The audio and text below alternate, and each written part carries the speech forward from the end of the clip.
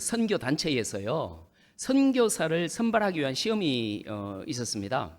근데 그 시험 보는 날이 몹시 추운 겨울날 그것도 새벽 3시에 선발한다는 시험 본다는 거예요.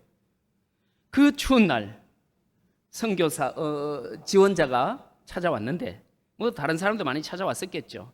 근데 한 지원자가 왔는데, 세상에 그 시험 보는 시험관은 무려 5시간을 기다리게 하다가 아침 8시가 되어서야 어슬렁 나타났습니다. 얼마나 화나겠습니까? 사과 한마디 없이 그 시험관은 자, 시작해 볼까요? 하고서는 학교를 영어로 뭐라고 하죠? 라고 묻는 겁니다. 네.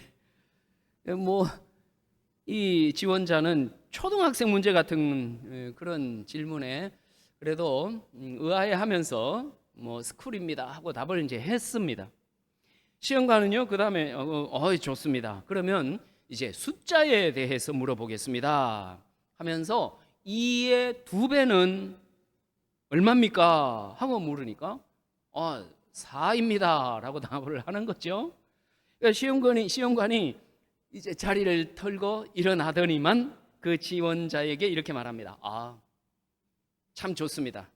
잘하셨습니다. 당신은 선교위원회의 시험에 합격했으므로 내일 아침 선교사로 임명할 것을 건의하겠습니다. 이러는 겁니다. 다음 날 아침 그 시험관은 이제 건의를 하는 거죠. 선교위원회에서 극구 그 사람을 칭찬하면서 자격이 충분하다는 것을 설명을 합니다. 첫 번째는 극기 시험에 합격했다는 거예요. 그 추운 날 새벽 3시에 오라고 했는데 그는 아무런 불평 없이 왔다는 거지요. 다른 사람도 많이 왔었겠죠.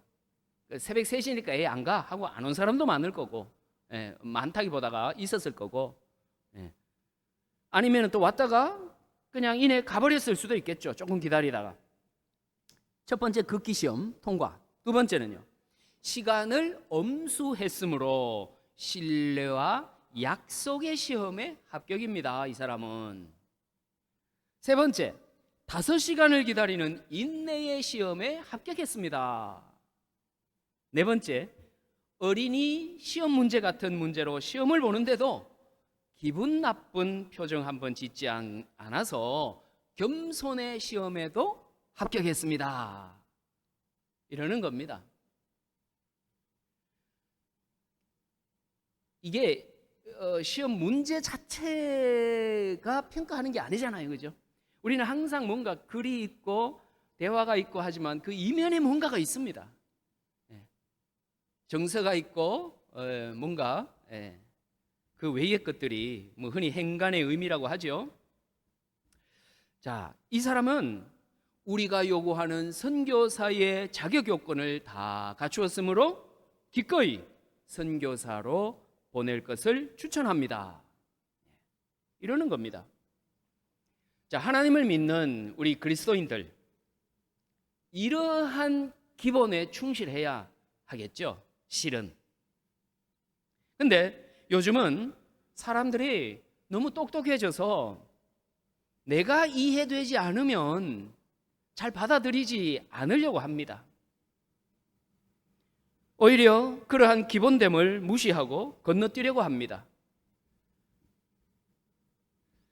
능력 이전에 성실이 중요하고요. 재능이나 기술 이전에 충성이 더 중요합니다. 여러분, 충성 뭐라고 했죠? 다른 말로 신실함. 성경에 충성 나오면 신실함입니다. 죽도록 충성하라. 죽을 때까지 신실하게 살라는 거죠. 그래서 근데 세상은 능력과 재능, 세상은 요걸 봅니다. 근데 하나님은 그 이전에 성실과 그리고 충성, 이걸 본다는 거 아닙니까? 이게 주님의 뜻입니다. 그래서 능력의 사람, 또 재능 있는 사람보다는 성실하고 충성스러운, 즉 신실한 사람을 하나님께서는 먼저 찾으신다. 이게 갖추어지고 난 다음에 재능도 있고 또 다른 세상적인 조건을 갖추면 더 좋죠. 예, 기술도 있고 성실하고 그런 거 능력 있고 이러면 더 좋죠. 그러나 기본이 먼저 갖춰져야 한다. 자, 오늘 말씀 10절을 보면 우리가 이 세상에서 어떤 자세와 마음을 가지고 살아야 하는지 강한 도전을 우리에게 줍니다. 네가 주님을 기쁘시게 하는 삶을 살고 있는지 시험하여 보라. 그러죠? 시험하여 보라. 여기서 우리말로 시험하여 보라 라고 소리가 좀 이상한 것 같습니다. 연결이 잘 안 되나요? 시험하여 보라 이렇게 번역이 되어 있는데 이 말의 그 원어의 뜻은요, 살펴보라 그리고 분별해보라 이런 의미입니다. 그래서 표준 세번역 성경에는 이렇게 번역이 되어 있습니다. 10절 말씀이에요. 주님께서 기뻐하시는 일이 무엇인지를 분별하십시오. 예, 분별하십시오. 여기서 오늘 말씀의 제목을 잡았습니다. 나 자신을 살펴보고 그리고 분별하지 않으면 믿음의 길을 갈 수가 없습니다. 사람들은 자기 자신에 대해서는 너무 관대합니다. 죄를 지어도 합리화하고 정당화하죠. 어쩔 수 없었다고, 그럴 수밖에 없었다고 말합니다. 상황윤리를 들이대죠.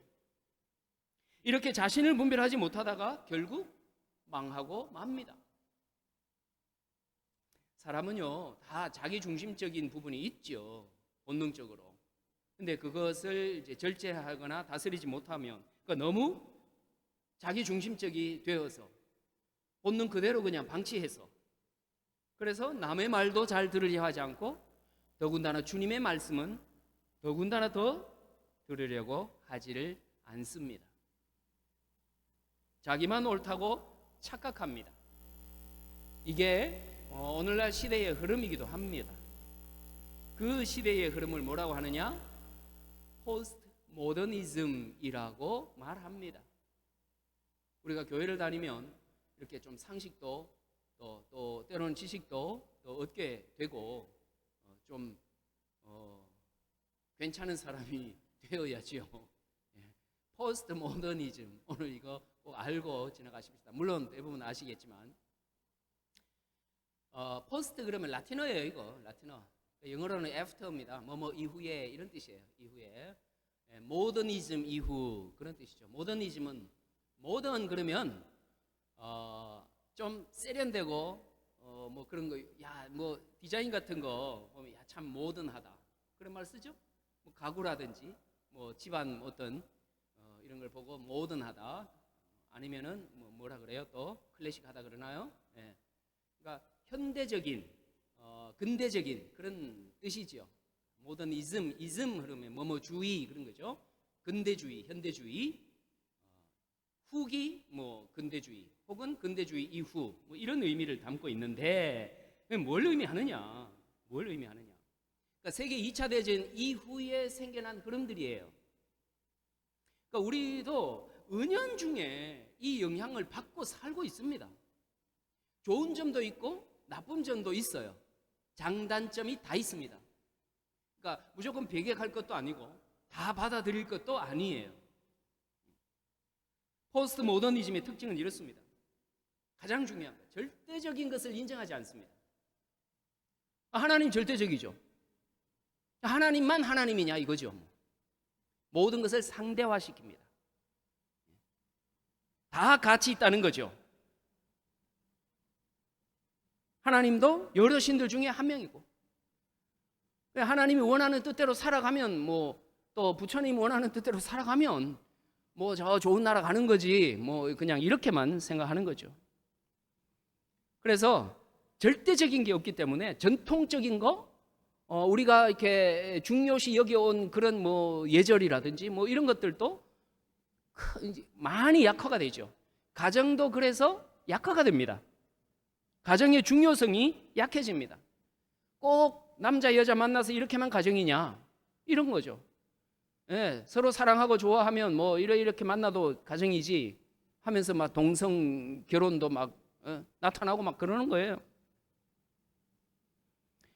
기존의 질서를 거부하고 정해진 답도 거부합니다.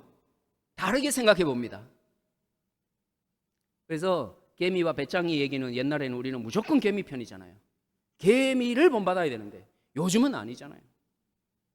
배짱이처럼 사는 게 좋다는 거죠. 예, 돈 벌어가지고. 그렇게 즐기면서 살아야지 맨날 일만 하면 사냐. 예, 새롭게 가치를 부여합니다.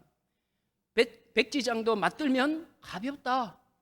협동심을 강조해 왔는데 그 백지장 뭐 무게가 있다고 둘이 드냐. 둘이 들면 찢어진다. 다르게 생각합니다. 그러니까 어떤 창의적인 것들은 풍성하죠. 이 모더니즘, 포스트 모더니즘 속에는 창의적인 것은 많이 개발이 됩니다. 그런데 선과 악, 옳고 그런 거가 중요하지 않게 돼버립니다. 예. 이것도 가치 있고 저것도 가치 있고 다 중요해요. 다 가치 있어요. 다양성을 강조합니다. 그래서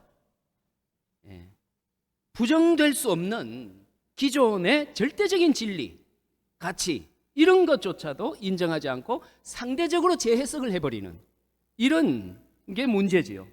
그래서 공동체가 파괴되고 교회가 무너지는 겁니다.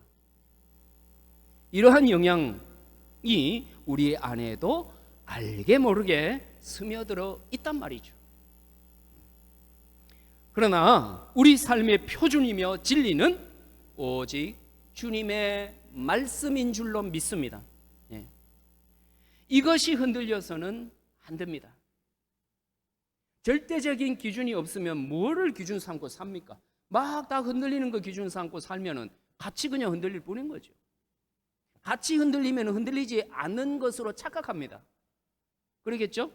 이렇게 흔들리는데 나도 이렇게 같이 이렇게 흔들리면 둘 보면은 안 흔들리는 것 같아요. 가만히 있는 게 뭐가 있어야 내가 흔들리는 줄 알지. 그 흔들려서는 안 될 것을 흔들어 놓으면 이게 뭔가 이제 재앙이 생기는 거죠. 인간 스스로 재앙을 자초하게 됩니다. 해야 될 것과 그리고 또 해서는 안 되는 것들 경계가 무너져 버리니까요. 말씀대로 사는 것이 은혜와 복을 누리며 진실로 사는 길입니다, 여러분. 그러려면 늘 우리 자신을 살펴보고 분별해야 합니다. 나눌 수 있어야 되죠. 이건 아니야, 이거는 맞아, 나눌 수 있어야 되고 구별할 수 있어야 됩니다. 분별을 할 수 있어야죠. 안 그러면 그저 그냥 나 좋은 대로, 나 편한 대로, 내 느낌 좋은 대로예요. 그렇게 상대성에 빠져서 살다가 절대적인 하나님의 은혜와 복은 놓쳐버리고 맙니다. 그러면 우리가 하나님의 은혜와 복 가운데 살기 위해서 살펴보고 또 분별해야 하는 것은 어떤 것이 있을까? 세 가지를 본문에서 찾아보면, 첫째, 내가 어두움에 있지 않나 분별해야 합니다. 내가 어두움 속에 있지 않는가. 오늘 앞에 읽지 않았습니다만 3절 이후에서 말씀하는 음행과 탐욕과 악한 말을 하는 것은 다 어두움에 있는 사람들이 하는 짓이라는 겁니다. 데살로니가 전서 5장 22절에서 주님은 악은 어떤 모양이라도 버리라 그러셨죠. 악은 어떤 모양이라도 버리라. 요셉이 왜 위대합니까? 죄 짓는 그 자리를 과감하게 박차고 일어났기 때문에 위대한 거 아니겠습니까? 하나님께서 왜 아브라함을 갈대아 우르에서 떠나라고 하셨습니까? 당시에 그곳은 문명이 발달한 만큼 죄 또한 풍성했습니다. 죄 또한 만연해 있던 곳이었습니다. 우르. 그를 믿음의 조상으로 삼고 온 인류를 구원하실 계획으로 떠나라. 그렇게 말씀을 하신 거지요. 예레미야서에 보면 레갑 족속이 있습니다. 이들은요, 도시에 살면 죄에 물들까 봐 그래서 도시 아닌 곳으로 계속 이렇게 이사를 다녔습니다. 오늘날 미국에도요, 이런 집단이 있죠. 문화와 문명을 받아들이면 타락할까 봐 그래서 옛날 방식 그대로 아주 중세시대처럼 그렇게 생활을 고수하는 아미쉬라고 하는 공동체가 있습니다. 아마 TV에서 본 적이 있을 거예요. 물론 도시에서 산다고 주님 밖에 있는 것은 아니지요. 좀 환경이 어렵기는 하지만. 근데 그들은 따로 그렇게 사는 사람들은 그러한 방식으로 해서라도 죄를 짓지 않으려고 노력을 한다는 것입니다. 자, 그러면 우리도 도시 생활 다 청산하고 산 속으로 들어가야 할까요? 물론 아니죠. 아니죠. 그러면 어떻게 해야 하겠습니까? 그것은 바로 내가 주님 안에 있나?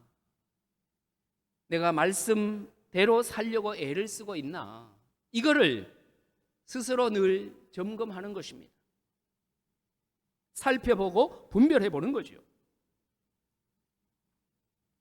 어떤 그리스도인 사업가가 새로 지은 빌딩의 엘리베이터 첫 운행을 앞두고 이제 목사님께 예배를 인도해 달라고 해서 목사님이 가셨거든요. 근데 목사님이 깜짝 놀랐습니다. 왜? 엘리베이터 앞에 돼지머리를 비롯해서 고사 음식들이 잔뜩 쌓여 있었습니다. 아니 이게 뭡니까? 하니까 목사님이 물었더니 그분은 목사님 예배도 드리고 고사도 지내려고요. 만약에 하나님이 안 도와주시면 귀신이 도와줄 수도 있고 좋잖아요.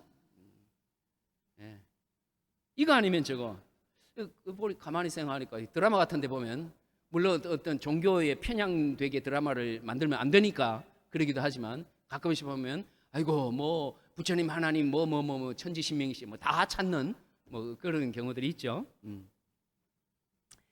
참 이렇습니다. 사람들 마음이. 그러니까 어떤 그 하나님 중심이 아니라 결국 나 중심인 거죠.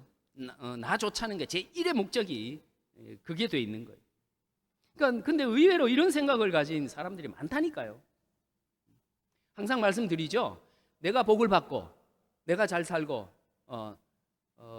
하는 것은 신앙의 목적이 아니라 하나님께서 그거 들어주시죠. 이루어주시지만 그것은 내가 하나님을 믿는 목적이 아니라 하나님을 믿을 때에 주어지는 결과, 은혜, 그죠?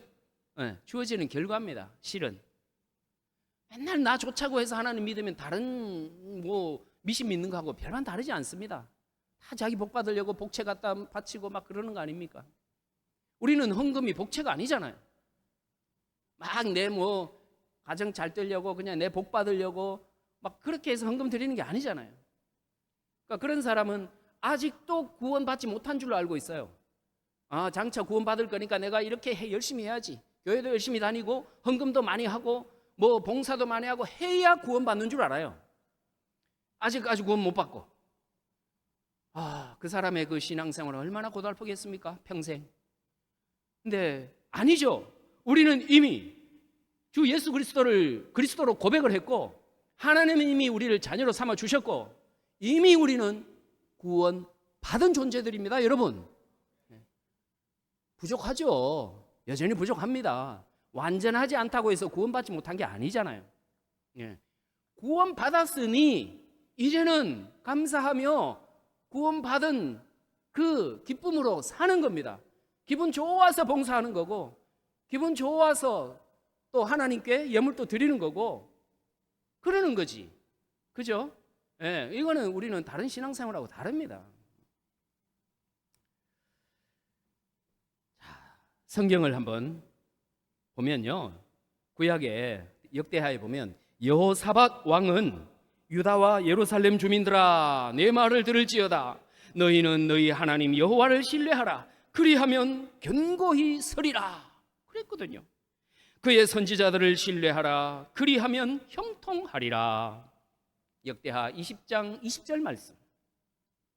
갈멜산에서 엘리야는 바알과 하나님 사이에서 머뭇거리지 말고 오직 하나님만 섬기라 그렇게 선포했습니다. 그러므로 날마다 나는 주님 안에 살고 있는가, 이것을 분별해 보시기를 바랍니다. 자, 두 번째, 내가 빛에 있나, 빛 가운데 있나 분별해야 합니다.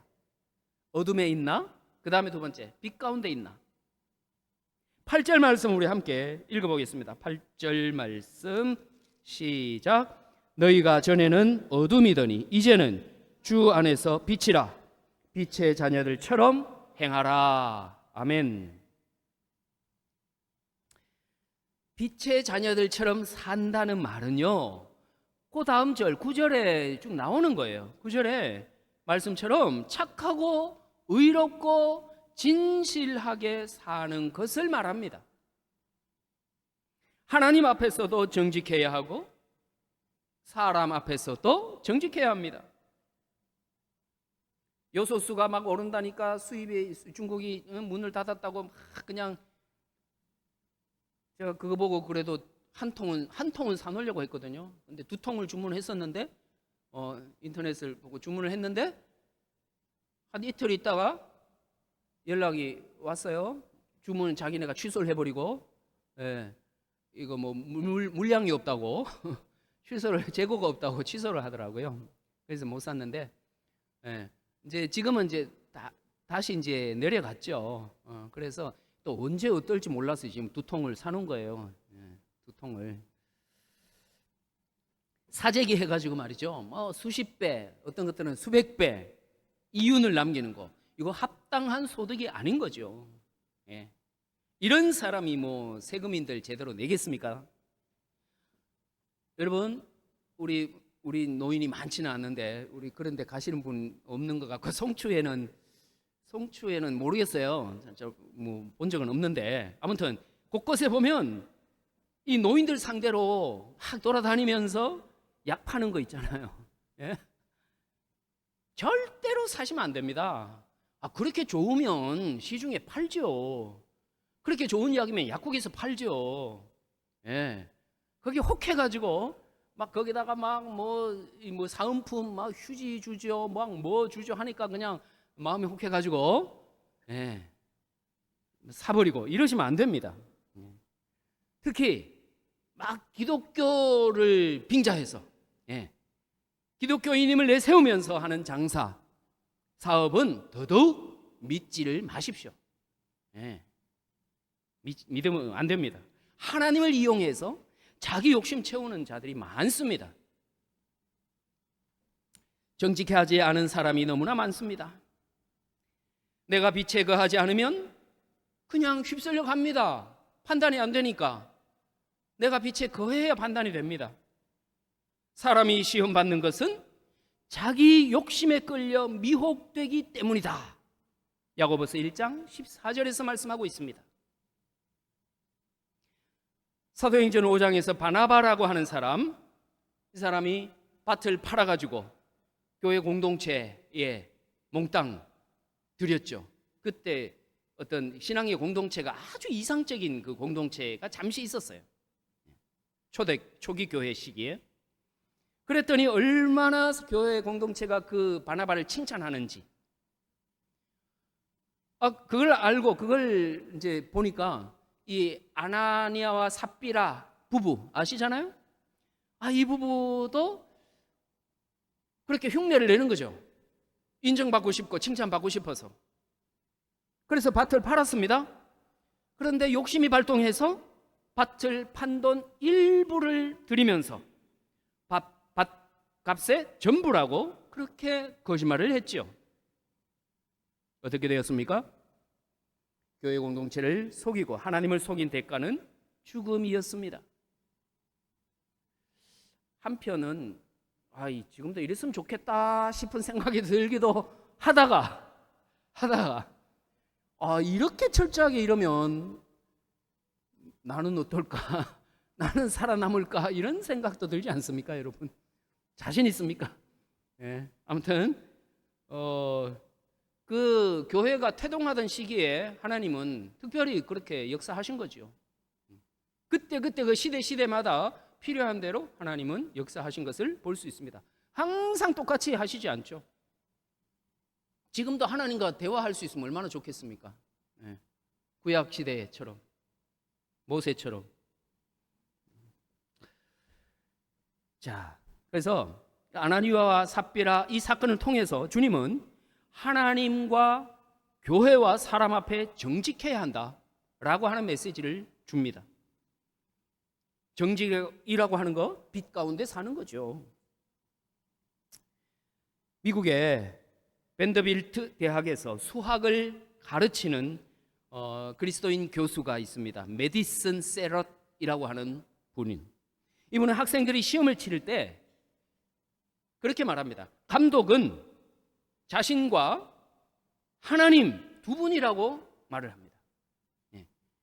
자신만 시험 감독하고 있는 게 아니고 하나님도 감독하고 계신다 이거죠. 그리고 학생들이 치르는 시험도 수학 시험이면 수학만 치르는 게 아니고 수학과 정직 두 과목을 시험 보는 거다라고 얘기를 했다는 것입니다. 내가 빛에 거하든지 정직하게 살고 있는지, 빛에 거하고 살고 있는지 항상 자신을 분별하시기 바랍니다. 그럼에도 불구하고 우리는 완전할 수는 없습니다. 그러나 절대적인 가치, 하나님의 말씀을 기준으로 삼고는 살아야죠. 부족함이 있고 때로는 넘어지지만 하나님 말씀 붙잡고 다시 일어서야 되고 다시 참여하고 나아가는 겁니다. 자, 세 번째 어두움, 빛 다 나왔죠? 세 번째, 내가 주를 기쁘시게 하는 믿음의 삶을 살고 있는가 분별해야 합니다. 사람들에게 왜 주님이 기뻐하시는 삶, 믿음의 삶을 살지 않느냐고 물으면 무슨 말씀입니까? 그렇게 살면 살 수가 없어요. 그랬잖아요. 그렇게 살면 너무 힘들고 손해봐요. 시험거리가 많아서 믿음으로 살지 못한다고 말합니다. 그러니까 시험거리 안 느끼려면 그 속에, 죄악 속에 들어가 버리는 셈이 돼버리는 거잖아요. 그러나 시험이라고 하는 것은 오히려 믿음을 낳을 수도 있고 구렁텅이로 빠질 수도 있죠. 그래서 하나님의 시험, 사탄의 시험, 그 두 단어가 아니고 한 단어라고 했죠. 잊어버리셨죠? 오래돼서. 페일라스모스라고 합니다. 헬라어로 페일라스모스가 시험이라고 하는 단어인데 그거는 사탄의 시험도 되고 하나님의 시험도 됩니다. 그래서 모든 우리 만나는 상황은요, 사탄의 시험이 될 수도 있고 하나님의 시험이 될 수도 있습니다. 좋은 일도 나쁜 일도 항상 두 가지가 함께 들어 있습니다. 참 그 단어가 묘하죠. 페이라스모스. 그러면 그 속에 우리는 어떤 상황을 만나면 인간적으로 좋으면 막 좋아합니다. 근데 그것 때문에 낭패를 볼 수 있어요. 세옹지마라고 하는 그 이야기처럼. 그러나 망했어요. 엄청 시름에 빠지는데, 그런데 그것 때문에 내가 하나님을 만나고 나중에 더 풍성한 그런 삶으로 나아가게 되는 계기가 될 수도 있습니다. 그러니까 항상 양면성이 있다는 거. 그래서 좋다고 너무 좋아할 건 아니고, 또 힘들고 슬프다고 너무 또 그렇게 거기 빠져 있을 것도 아니다 하는 것입니다. 사람들에게 그런 시험이 닥칠 때 시험거리가 많아서 믿음으로 살지 못한다라고 말합니다. 그러나 시험은 하나님의 시험으로 우리는 받아들여야 합니다. 이겨내서 더 성숙으로 나아가야 하죠. 작은 시험은 작은 믿음을 낳고 큰 시험은 큰 믿음을 낳습니다. 뭐가 작은 시험입니까? 뭐가 작은 시험일까요? 왜 이 시험이 왔는지 이유를 아는 시험, 이거는 작은 시험입니다. 그 해결하기 쉽잖아요. 이유를 아니까. 말씀을 떠나 산 것 때문에 시련이 왔다면 다시 말씀으로 돌아가면 됩니다. 아무리 시련이 커도 이거는 쉬운 시험입니다. 탕자의 시험이 그런 거죠. 아버지께 돌아가면 됩니다. 만일 교만하고 기고만장하게 살아서 무너졌다라고 하면 다시 겸손하게 엎드리면 되죠. 이런 시험은 쉬운 시험이고 또 작은 시험입니다. 그러면 큰 시험은 뭘까요? 이유 모르는 거죠. 이유 모르는 거. 납득이 되지 않는 거. 납득이 되지 않는 어려움 만날 때. 아브라함이 100세에 얻은 아들 이삭을 바치라고 하는 거. 납득이 되지 않습니다. 바다의 모래알처럼 그렇게 자손을 번성케 해주시겠다고 해놓고 100세에 아들 하나 주셨는데 그걸 바치라고 하니 납득이 되지 않습니다. 이런 시험이 큰 시험입니다. 우리 가운데 이런 일이 참 많습니다. 내가 왜 아파야 하는지, 내가 왜 이런 물질적인 어려움을 겪어야 하는지, 사람과의 관계 속에서 왜 어려움을 겪어야 하는지 이유를 모를 때가 많습니다. 밤새워 생각을 해봐도 모르겠습니다. 대부분 이런 거에서 우리가 걸려 넘어지거든요. 이해가 안 되니까, 납득이 안 되고, 그래서 순종이 안 됩니다. 그러나 이때 필요한 것이 바로 시작할 때 예를 들었듯이 왜 새벽 3시에 오라고 하는지, 왜 학교를 영어로 뭐라고 하는 이런 질문, 이의 배수가 뭐냐는 질문, 이런 걸 하는지, 5시간 기다리게 하는지 납득이 안 되지만 기다렸습니다. 그래서 납득이 안 될 때 필요한 것이 바로 순종입니다. 그때 필요한 게 순종입니다. 납득이 되면 누구나 순종하죠. 여러분, 왜 하나님은 다윗을 왕으로 기름 부어놓고 사울에게 쫓기게 하셨을까요? 납득이 안 됩니다. 왕이라고 기름 부었는데. 믿음의 사람은 바로 그럴 때도 순종을 한다는 사실. 그래서 다윗입니다. 그래서 순종을 하니까 의문이 풀리기 시작합니다. 길이 열리기 시작하죠. 나는 지금 순종의 사람인가 분별해 보시기 바랍니다. 오늘 3가지 말씀드렸습니다. 분별하는 기준. 첫 번째, 내가 여전히 어둠에 있지 않은가? 두 번째, 내가 빛의 삶을 살고 있는가? 세 번째, 내가 주님이 기뻐하시는 믿음의 삶을 살고 있는가? 살피고 분별하여서 악인의 형통을 부러워할 것이 아니라 진리 안에 거하는 그런 평안과 기쁨을 누리고, 그리고 장차 하나님의 약속된 복과 유업을 소유하시기를 주님의 이름으로 축원합니다.